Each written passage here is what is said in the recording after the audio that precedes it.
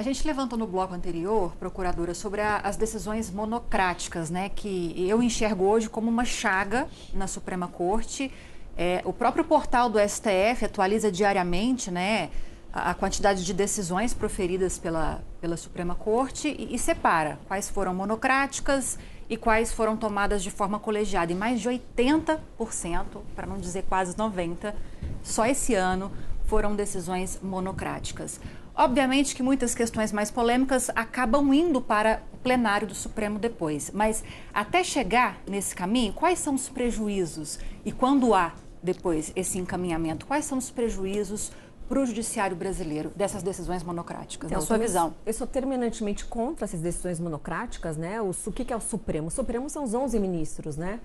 Não o que cada um pensa. Ou as turmas, né? Nós temos vários Supremos, né? Temos 11, temos 2 turmas, temos o presidente, temos o pleno, mas o problema é anterior, né? O problema é chegar a esse volume descabido de processo no Supremo. E por que chega tanto processo? Por conta da nossa Constituição.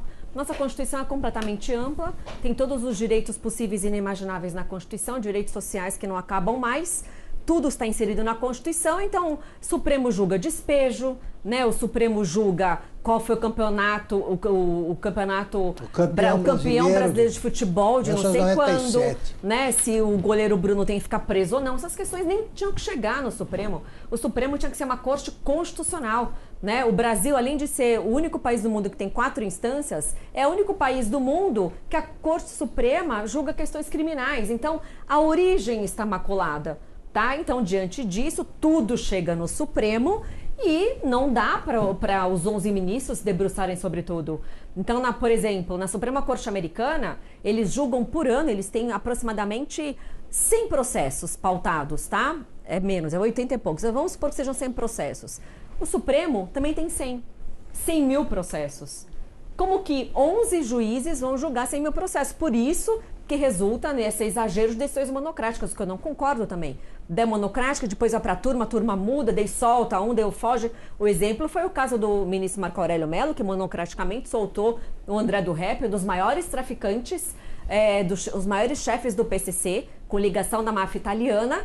Foi solto no mesmo dia, nem tornozeleira eletrônica ele usou, o deputado está com prisão domiciliar em casa, com tornozeleira, proibido de se manifestar nas redes sociais, o que é uma grande violação à liberdade de expressão. Não pode ter censura prévia. Se ele cometer eventual delito depois, que seja punido, né? Agora, o André do Rep foi solto, uma decisão monocrática. Foi tão absurdo que o próprio ministro Fux, recém-impostado na presidência, já marcou uma sessão, já teve um julgamento e 10 votos, acho que foi isso, né? 10 para ele... Já estava foragido.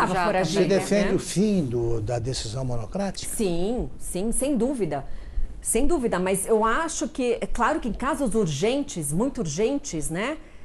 Poderia ter, mas desde que já seja submetido à turma rapidamente. Não pode decisões monocráticas vigorarem por 1 ano, 2 anos. Isso não existe, né? Mas o que eu insisto que tem que vir numa reforma, né?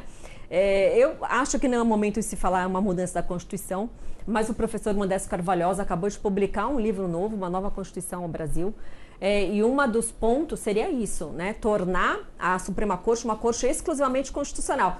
E quem pensa dessa forma também é o ministro Alexandre de Moraes. Na sua tese de doutorado, que ele publicou em 2000, ele defende vários pontos. Um desses pontos é tornar o Supremo uma corte exclusivamente constitucional, para que ele se exercite a função de guardião da Constituição, né? Não julgar despejo, futebol, vaquejada, essas coisas, né? Eu desconfio que existem 2 Alexandres de Moraes, né? O que escreve e o que fala, e o que julga. E um dos outros pontos que ele propõe no doutorado, eu vou trazer a baila porque é interessante. Ele defende também o mandato para ministro do STF. O mandato... Ele não regular. fala quanto tempo, mas o mandato. Não fixa o tempo. Não fixa o tempo. E ele defende também que pessoas que ocupavam cargos no executivo, funções de confiança, não poderiam ir para o Supremo, né?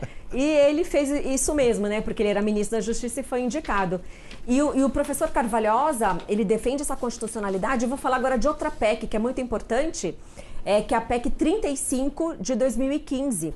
Essa PEC está na Comissão de Constituição e Justiça do Senado. É uma PEC que diz respeito a o ingresso, mudar a forma de ingresso dos ministros do STF. Essa PEC também traz uma sugestão de um mandato de 10 anos, o que eu acho que é muito interessante ter um mandato. Eu já reduziria para 8, o professor Andrés Carvalho pensa em 8. E além disso, dessa PEC, que tem até já um relatório, eu acho que o presidente da comissão era o senador Anastasia, tá pronto, tá para votar, tá na Comissão de Constituição e Justiça. Além de trazer o mandato, eles trazem uma lista tríplice de escolha do ministro do STF, para que não haja essa escolha assim, aleatória do presidente da República, né? Então, 3 órgãos irão participar dessa indicação. O STF iria indicar o nome de um juiz, a OAB o nome de um advogado e o Procurador-Geral da República o nome do membro do Ministério Público. E dentre esses 3 que o presidente poderia escolher. Eu acho que seria bem interessante. Salce.